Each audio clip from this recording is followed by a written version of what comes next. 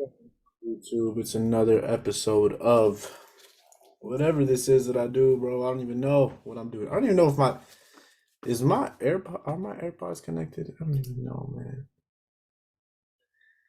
I think so. Let me see. Oh, Jesus. Transparency. Oh no, I like the noise cancellation. It's like top tier stuff. Yeah, I'm back. Another video. Last time we talked, it was the beginning of the conference finals. And I think it's only been a week, has it? Let me see. Let me check. Let me check my videos. Yes, welcome back. It's J Money Talks Ball. That's what I do here on this here platform of YouTube. So much fun, honestly.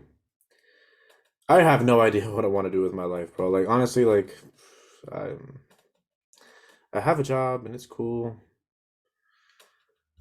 I don't even know, man. I do not know. I do not.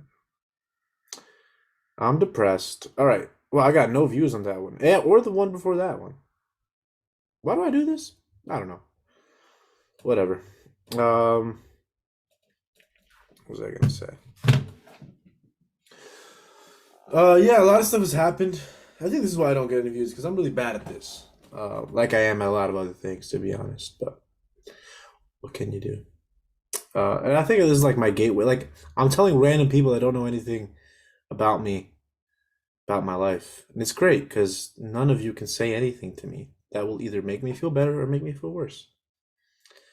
Especially because I get no views. So shout out to you guys.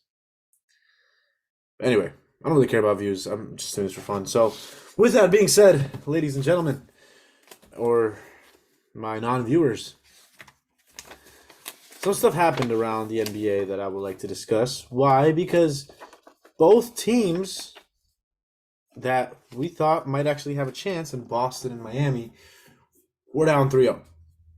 Now, obviously, Denver has moved on and they are officially in the finals for the first time ever as a franchise. Congratulations, Denver. Congratulations, Nikola Jokic.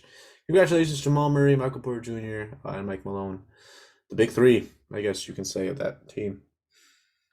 Um, I kind of knew in the back of my mind that LA was going to lose. I just didn't want to believe it because I wanted Bron to go to the finals and win it. I don't know why I wanted him to win it this season. I think because he passed Kareem number one. I just thought it would have been a great story, especially him being 38.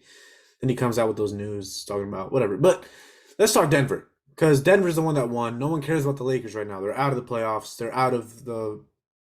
They don't exist right now. It's only Denver, Miami, and Boston, of course. Denver played great. That entire series, we saw why Nikola Jokic was the actual MVP of this season. I knew it, even though he's saying that we're being rude or we're being mean. And by we, I'm saying the media, because yes, this is technically media, the new media. After he said what he said, right?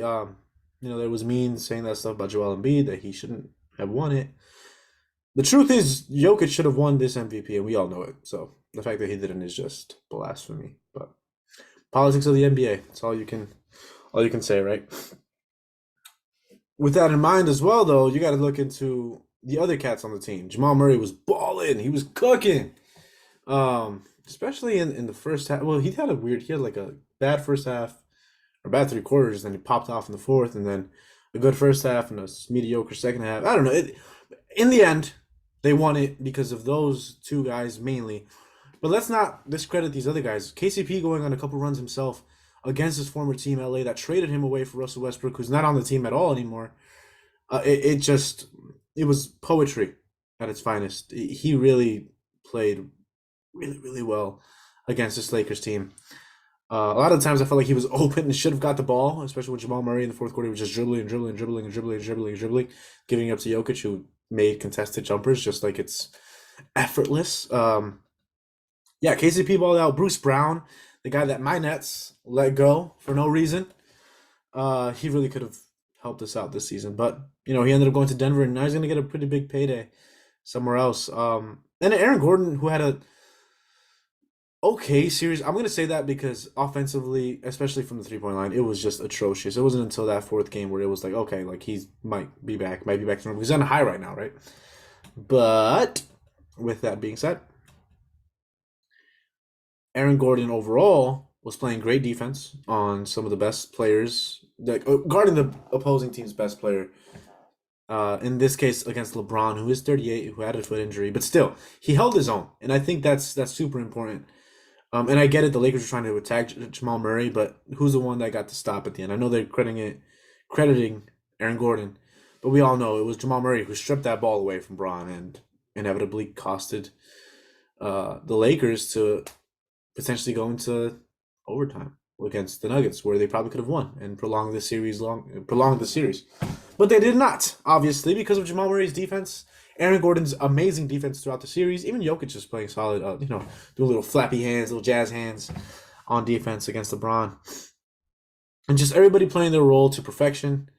7-man rotation that they got going on right now because Christian Braun is not playing as much, and Jeff Green is only getting like 10 minutes, not even. But it's these guys, man, that they know what it's like to win a championship because they have like a champion there in KCP. I don't know who else has won it. Jeff Green, did he win it? No, but he was on championship team that lost, or a team that went to the championship and lost. Right? Yes, that's what happened. But I have that team looking solid in this upcoming. I have them winning it all, to be honest. I don't see why not. They have the best overall team. So, yeah, let's root for that. On the other side of things, obviously, the Lakers lose. LeBron has those cryptic exit interview saying that he has a lot to think about, whatever.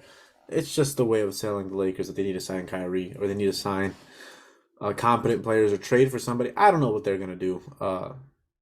Honestly, this core was solid. I think that they should keep this going and coming into the next season, but I also understand why they wouldn't want to.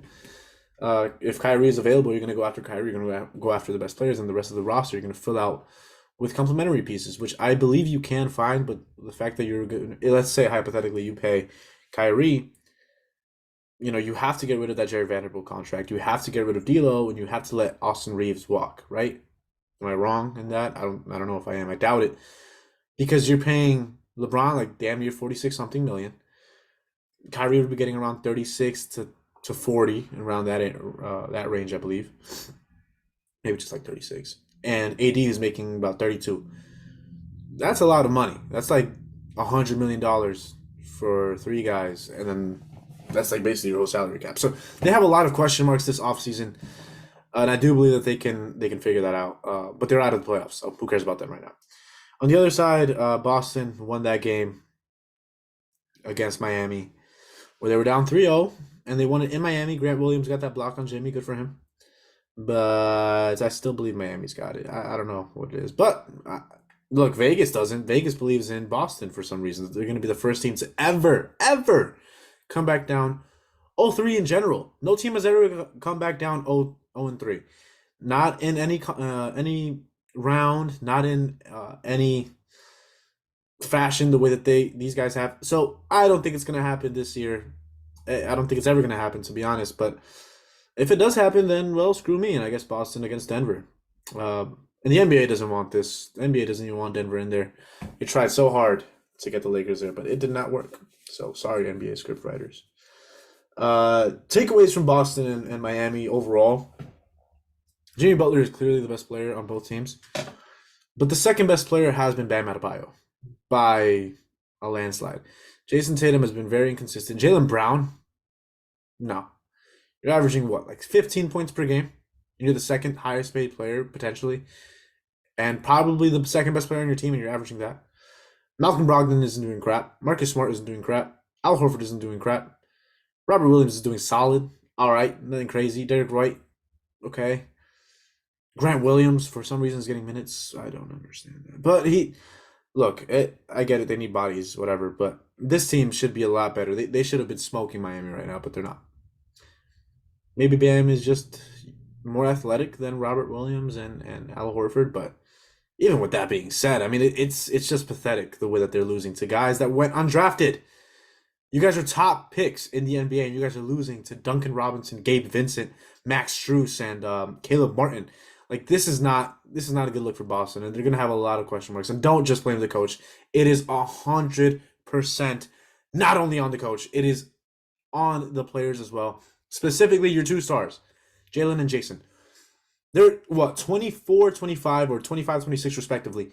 You've been in the league for this long. You've had success this long. You made it to the finals last season, where I felt like it was harder to get there, and you're doing nothing against an eighth seed. And granted, this is probably the greatest eighth seed of all time.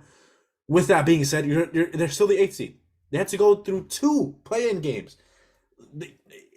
It's blasphemous to me, bro. It really is. I don't understand why that's happening. But anyway,